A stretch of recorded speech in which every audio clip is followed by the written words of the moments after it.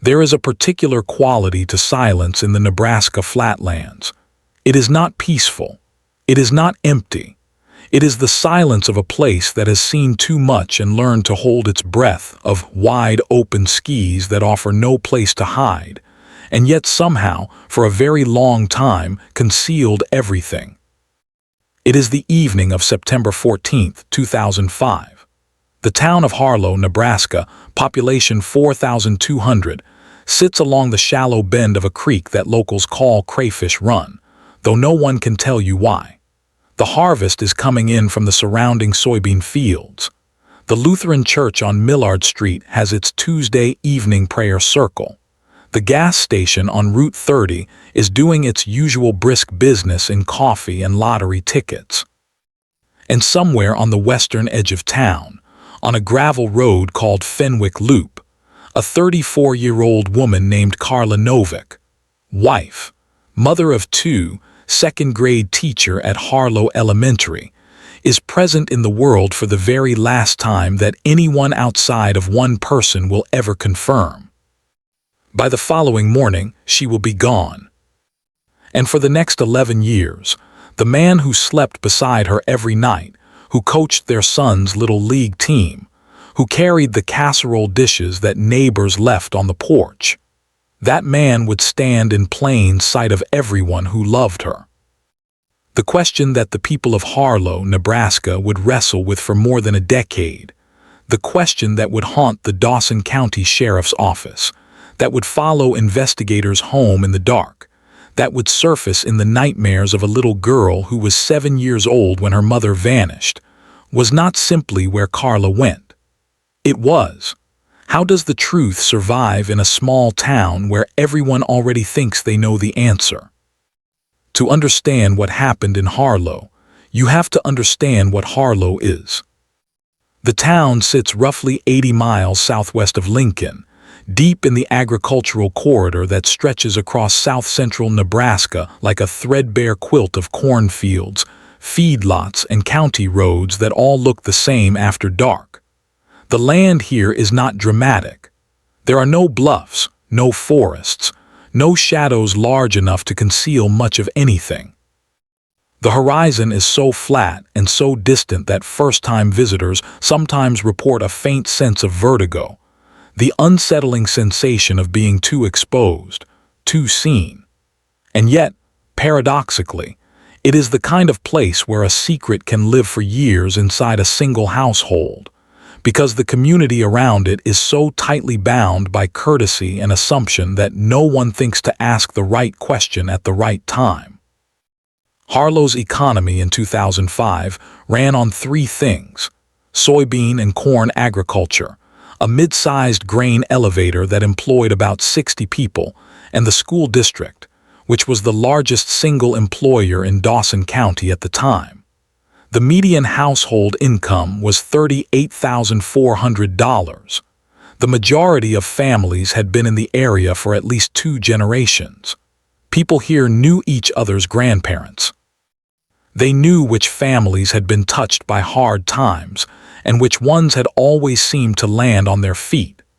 They knew the rhythms of each other's lives with a familiarity that could feel like warmth or, depending on the circumstances, like surveillance.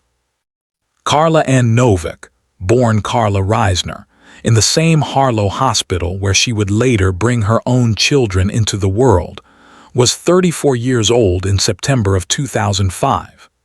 She taught second grade at Harlow Elementary, where she was known for her bulletin boards, which she changed every 3 weeks with seasonal themes executed in careful, colorful detail. She was 5'4", with dark auburn hair she usually wore pulled back with a plastic clip, and the kind of patient, warm expression that small children trust instinctively. Her students called her Mrs. Novak, and they meant it with the particular reverence that 7-year-olds reserve for adults who make them feel safe. She had been married for 9 years to Dale Novak, 37, who worked as a field supervisor for the grain elevator. Dale was a broad-shouldered man with a thick mustache and a handshake that people described as memorable. He coached Little League. He showed up to church events. He was the kind of man who always offered to help carry folding tables at school fundraisers and always seemed to be standing nearby when a photograph was being taken. Those who knew the family well said that Dale had what one neighbor described as a real talent for being liked. They had 2 children. Their son, Ethan, was 9 in the fall of 2005. Their daughter, Lily, had just turned 7. On the morning of September 14th, Ethan had a soccer scrimmage after school. Lily had a dentist appointment that Carla had carefully marked on the refrigerator calendar in red ink. The day began, by all accounts, in complete and unremarkable normality. Carla arrived at school at 7:42 a.m., 14 minutes before her contracted start time, which colleagues noted was typical of her. She made coffee in the teacher's lounge. She spoke briefly with her teaching assistant, a woman named Donna Flesher, about an upcoming fall festival project. She taught her morning block without incident. At noon, she ate lunch in her classroom, a peanut butter sandwich and an apple, packed in a soft-sided cooler she'd had for years. At 3:18 p.m., she walked Lily's class to the pickup area, waved to several parents, and drove home in her 2003 Honda Accord. The Novak house on Fenwick Loop was a cream-colored ranch-style home with a detached garage and a tire swing that hung from the one mature oak tree in the front yard. The grass was trimmed. The porch had a welcome mat shaped like a sunflower. Everything about the exterior of the house communicated stability, domesticity, and the particular comfort of a life lived without obvious drama. At approximately 4:15 p.m., a neighbor, Marlene Groover, 61, who lived 3 properties down and walked her golden retriever on Fenwick Loop most afternoons, saw Carla's Honda in the driveway and noticed the back door of the house propped slightly open. She thought nothing of it. The weather that day was warm for September, 81 degrees, with a dry westerly wind that rattled the dry corn stalks in the field behind the Novak property. It would have been natural to have a door open. At 5:40 p.m., Dale Novak called 911. His voice on the recording, which would later be reviewed extensively by investigators, was controlled. It was not the strangled, panicked voice of a man whose world has just collapsed. Dispatch records show the call lasted 4 minutes and 12 seconds. In it, Dale stated that he had arrived home from work at approximately 5:15 p.m. and found the house empty, with Carla's car still in the driveway, the back door open, and no note.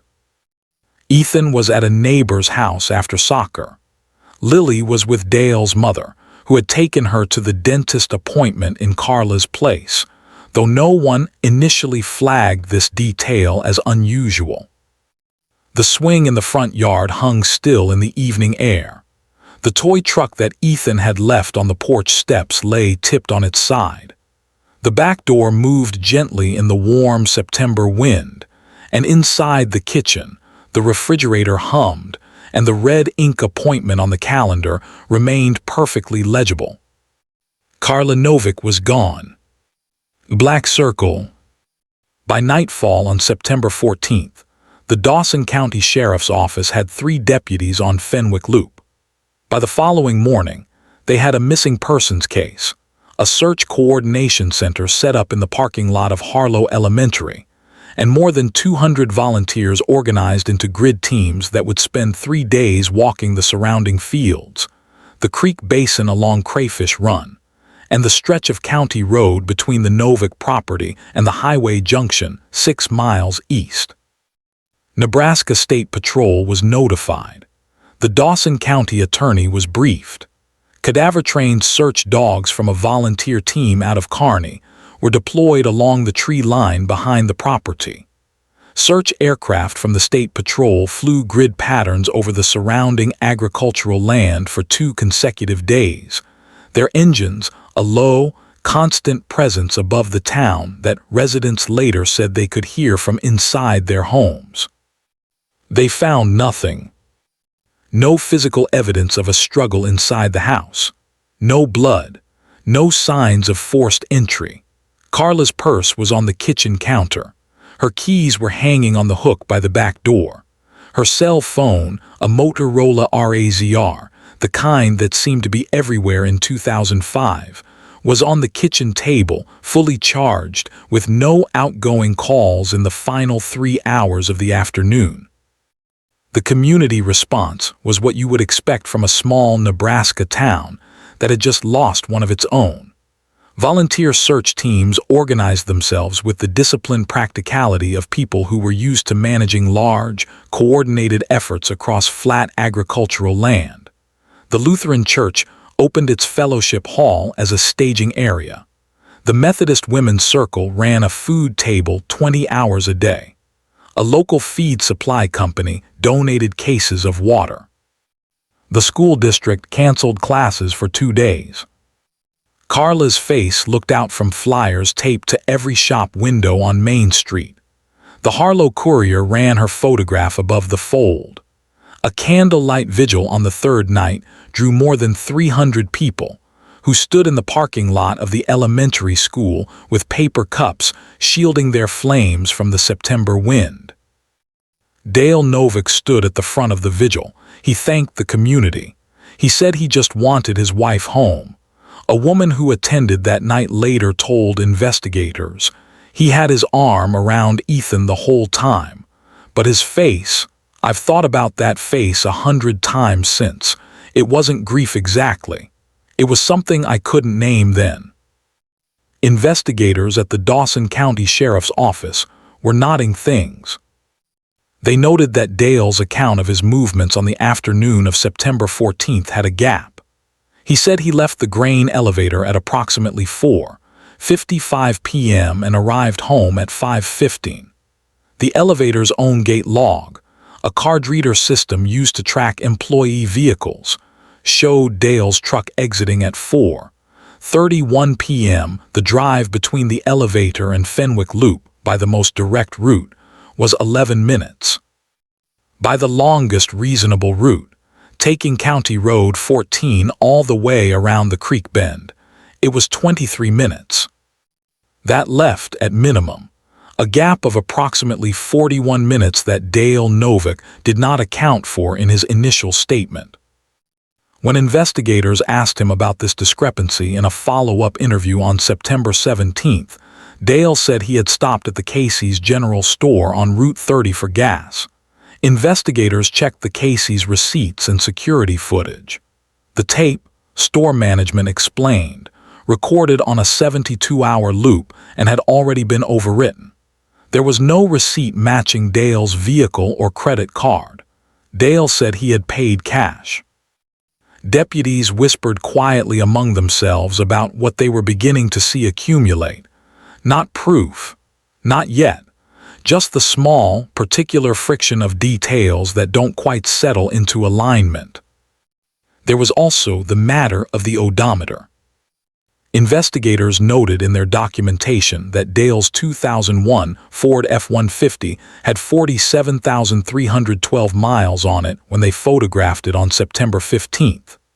Dale had mentioned in passing that the truck was due for an oil change at 47,500.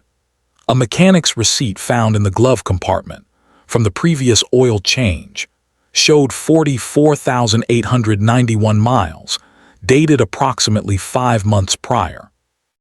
That interval represented roughly 2,421 miles, which was consistent with Dale's described work commute.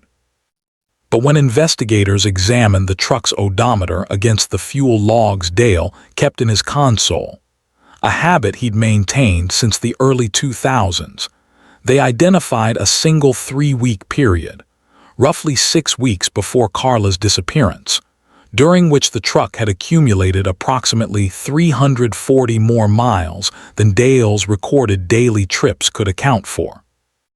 It was not conclusive. It was not even, strictly speaking, anomalous on its own, but investigators noted it. Those who knew Dale said he seemed composed in the weeks following Carla's disappearance. more than composed. Neighbors noticed that he returned to work within 5 days. He continued coaching Little League, appearing at practices with a quiet, stoic determination that some interpreted as a father keeping things normal for his children and others. A smaller number, who did not say so out loud at the time, found difficult to understand.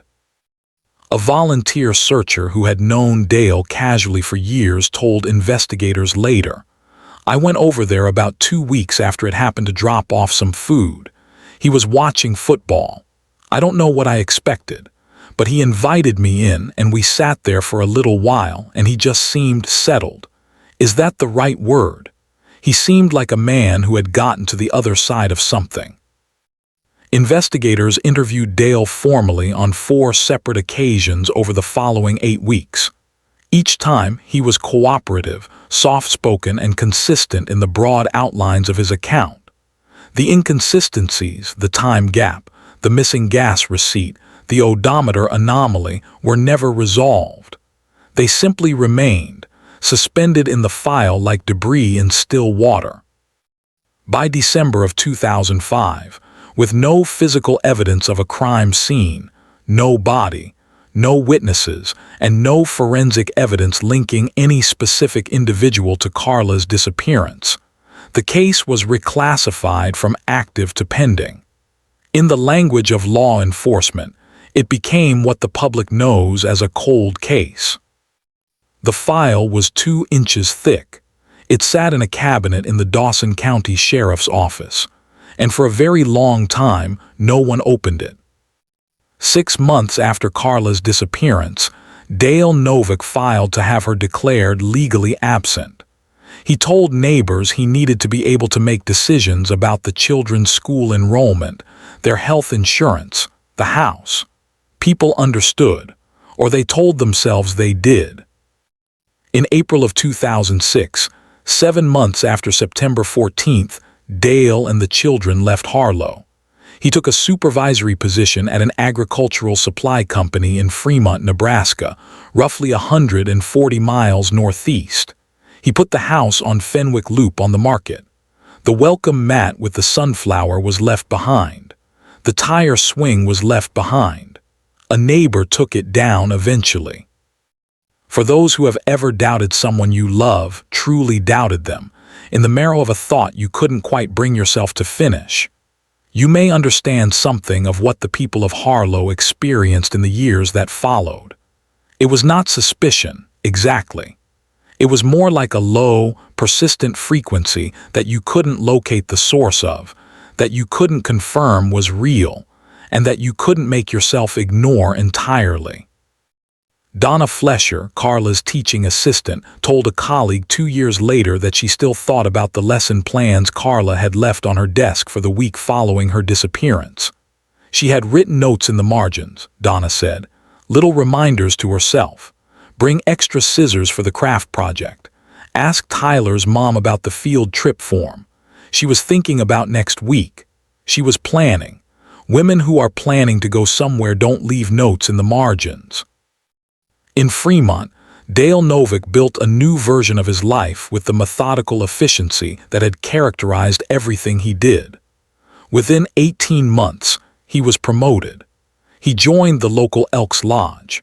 He started attending a church whose congregation did not know him as the man whose wife had walked out of her house in a small town in Dawson County and never come back. Ethan and Lily grew up. Ethan became quiet in the way that some boys become quiet when the adults around them are managing things that no one ever fully explains. Lily, according to her maternal grandmother, Carla's mother, Jean Reisner, who had retired from her job as a county clerk and moved to Lincoln, had nightmares throughout elementary school. She drew pictures of her mother compulsively, the way children sometimes do when the person they're drawing is the one they're trying to hold on to. The drawings, Jean would later say, were always outside, always in a field, always with a large sky above and nothing else around. Jean Reisner never stopped asking questions. She called the Dawson County Sheriff's Office twice a year, every year, on the anniversary of September 14th, and on Carla's birthday in March. She paid a private investigator, a former Lincoln Police Department detective named Walter Reed, for 2 years of work that produced a thick report of circumstantial observations but no actionable evidence. She wrote letters to the Nebraska Attorney General's office. She spoke to a Kearney television station in 2009, holding a photograph of Carla in her classroom, and using the careful, measured language of a woman who had learned to be precise, because precision was all she had left. "I want people to understand," Jean said in that interview, her voice steady, her hands still, "that my daughter did not leave. She was not that kind of person. She was not a person who walked away. She was a person who stayed." In 2010, Dale Novak remarried. His new wife, a woman named Patricia, had 2 children from a previous relationship. They lived in a house in a subdivision east of Fremont. They went to barbecues. They coached youth sports. They were, by all observable accounts, an ordinary family in a mid-sized Nebraska city where no one had any particular reason to look twice at them. The marriage between Dale and Patricia deteriorated by 2013. Neighbors in the subdivision noted that arguments were occasionally audible through the windows on warm nights. Patricia later said, in an interview with investigators, that Dale had a quality she struggled to describe, a kind of sealed-offness, she called it. "There were parts of him you could not get to," she said. "Not because he was shy. He wasn't shy. It was more like he had already decided what you were allowed to know about him, and that was the end of it." They separated in the spring of 2014. Patricia took her children and moved to Omaha. Ethan, by that point, was in college at the University of Nebraska-Kearney. Lily, who had just turned 16, chose to go with her grandmother, Carla's mother, Jean, in Lincoln. It was this decision, made quietly and without drama by a teenage girl who simply said she wanted to live with her grandmother, that would change everything. In the fall of 2015, Lily Novak was 16 years old and a junior at Lincoln East High School. She was a decent student with a particular aptitude for writing. Her English teacher would later describe her essays as precise and emotionally intelligent beyond her years. She played varsity volleyball. She drove a used Toyota Corolla that Jean had helped her buy. By most external measures, she was doing well. But Lily Novak had spent 9 years carrying something. In October of 2015, she made an appointment with a school counselor at Lincoln East, a woman named Margaret Solano. The appointment was listed in the scheduling system as a routine academic check-in. What happened in that room was not routine. Margaret Solano, speaking later to investigators, described the session this way. She came in and sat down, and she was very calm. She had clearly thought about this for a long time. She told me that she needed to tell someone something that she had been holding since she was 7 years old, and that she was ready to say it out loud now, and she needed an adult to hear it and to understand what it meant. What Lily said, in the careful, measured language of a girl who had been practicing these words in her own mind for years, was that, on the afternoon of September 14th, 2005, she had not been at her grandmother's house when her father said she was. She had been at the Novak house on Fenwick Loop. Her grandmother, Dale's mother, had arrived to take Lily to the dentist as planned. But Lily had forgotten her shoes, and her grandmother had waited in the car while Lily ran inside to get them. And in the kitchen, in the moment between the screen door swinging open behind her and the moment she found her shoes by the back mat, Lily, at 7 years old, had heard something. Or more precisely, she had seen something. Not through the kitchen window. Through the gap between the kitchen door and its frame, where the hinge had never sat quite right and left a sliver of visibility into the attached garage. She had seen her father's truck in the garage. at a time when he was supposed to be at work. Lily told Margaret Solano that she had never understood at 7 what it meant. She had told herself different stories over the years, that she had the time wrong, that she was misremembering, that there was some explanation. But the image had never left her. The gray truck in the dark garage, the door to the garage from the kitchen, slightly open, and the stillness, that specific Nebraska silence that had sat behind the door like something breathing. She had grabbed her shoes and gone back to her grandmother's car, and gone to the dentist, and never said a word. Clear's throat.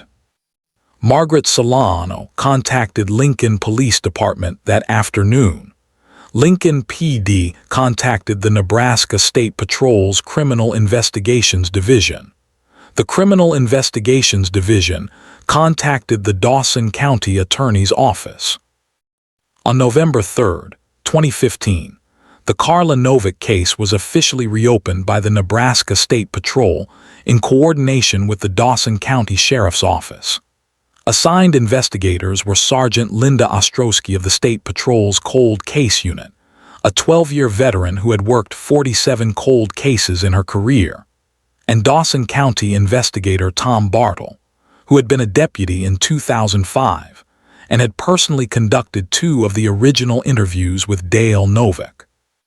Tom Bartle would later say, in documented testimony, "When the case came back, I went home that night and I sat in my car in my driveway for about 20 minutes before I went inside. I thought about all the things I had noticed in 2005 and written down in the file. And I thought about the fact that I'd written them down and the file had just sat there. That's the part I've had to make my peace with." The new investigation employed ground-penetrating radar technology, then increasingly available to law enforcement agencies, to survey the property on Fenwick Loop, which had changed hands twice since the Novaks left and whose new owners cooperated fully with investigators. The survey was conducted in January of 2016, on a gray, crystalline morning when the temperature in Dawson County was 11 degrees and the fields were hard frozen. On the 3rd day of the survey, approximately 40 feet behind the property's rear fence line, in an area that had once been the edge of the cornfield abutting the Novak land, the radar identified an anomaly at a depth of approximately 4 feet below the surface. The area had been replanted multiple times in the intervening years, the natural agricultural cycles of a Nebraska field doing what they had always done, undisturbed. Excavation began under warrant on January 19, 2016.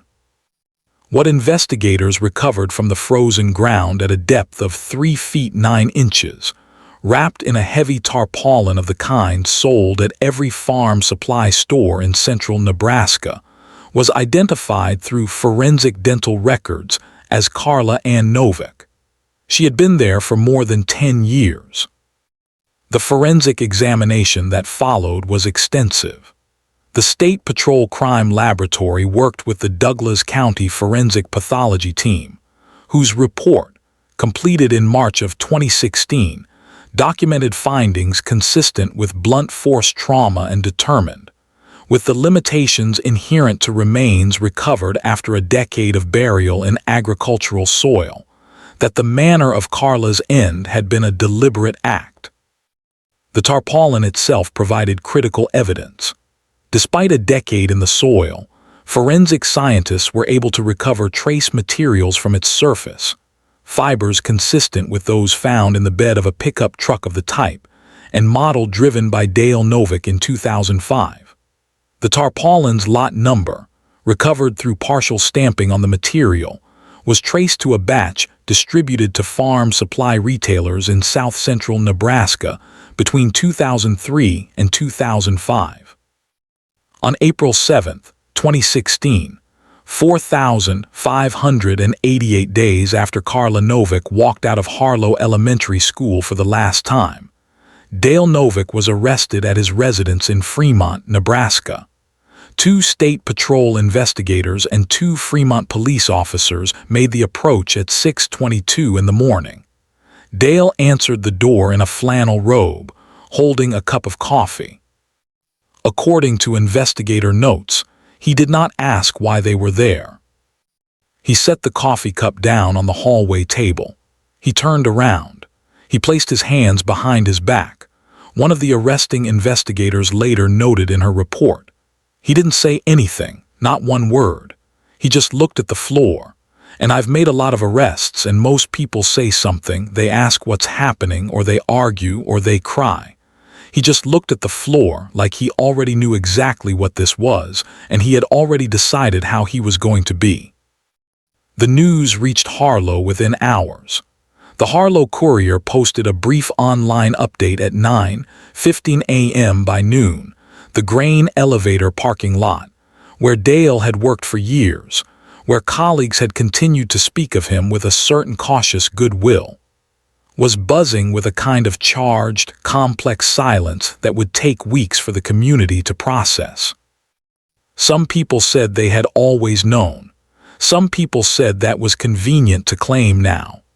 Marlene Groover, the neighbor who had walked her golden retriever past the open back door on the afternoon of September 14, 2005, and thought nothing of it, sat in her kitchen when she heard the news and did not speak for a long time. Jean Reisner was notified by Sergeant Ostrowski by phone at 7:04 a.m. on April 7th. Jean was 73 years old by then. She had spent 11 years making her twice-yearly calls to the sheriff's office. She had never stopped keeping Carla's photograph on the mantle. She had spent 11 years explaining to Lily, in careful and loving terms, that not knowing is not the same as not mattering. When Sergeant Ostrowski told her they had made an arrest, Jean Reisner said, according to the sergeant's notes, only 3 words before the line went quiet. "I knew it." Lily was told by her grandmother that same morning, at the kitchen table in Jean's house in Lincoln, with the early April light coming through the window and 2 cups of tea going cold between them. Lily sat with the information for a long time before she spoke. She was 17. She was, in some ways, the same small girl who had seen a gray truck in a dark garage and chosen, at 7 years old, to go get her shoes and say nothing. She was also something else entirely. She was the person whose voice, in a school counselor's office 6 months earlier, had been the thing that broke it open. "She cried," Jean said later, "but not in the way I expected. It wasn't grief exactly. It was relief is too simple a word. It was like watching someone put something down that they'd been carrying so long they'd forgotten the weight of it." Dale Novak was charged with first-degree deliberate homicide under Nebraska statutes, with additional charges related to evidence concealment.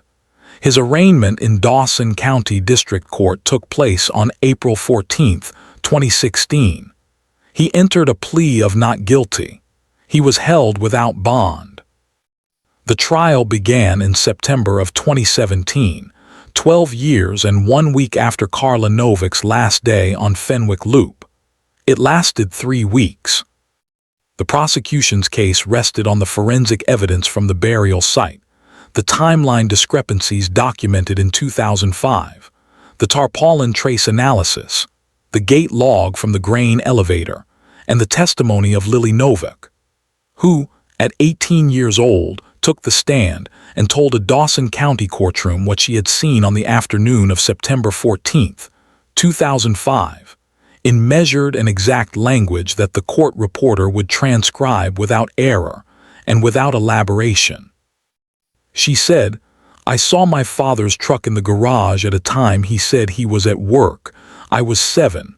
I didn't understand what I was seeing. I understand it now." The defense argued that Lily's memory was unreliable, a child's recollection, filtered through a decade of grief and external influence. They argued that the forensic evidence was circumstantial, the result of investigators fitting facts to a predetermined conclusion. They painted Dale as a man who had lost his wife, raised his children alone, and now faced prosecution built on inference and a teenager's 10-year-old memory. The jury deliberated for 2 days.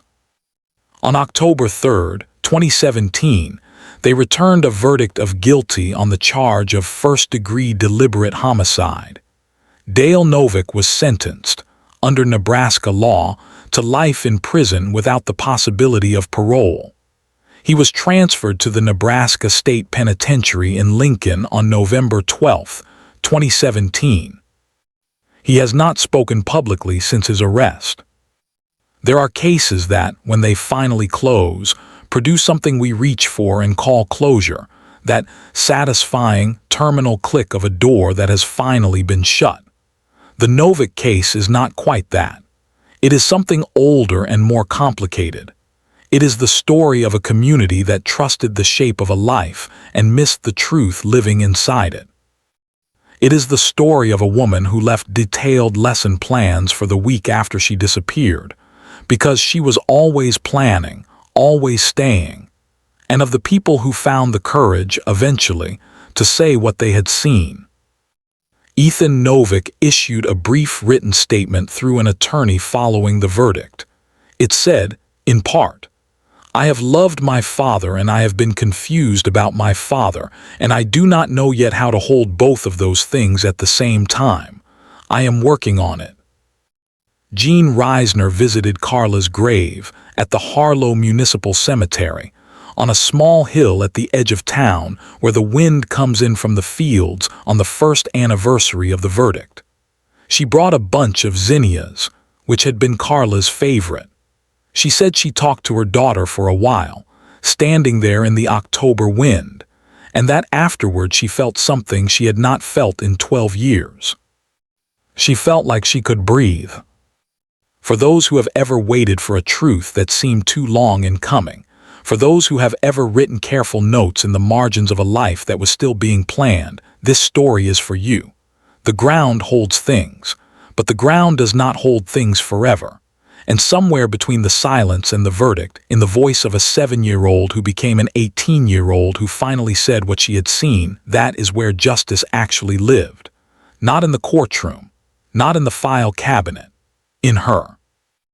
Carla N. Novak, born March 8, 1971 in Harlow, Nebraska, she taught 2nd grade. She planned bulletin boards 3 weeks in advance. She left notes in the margins. She stayed.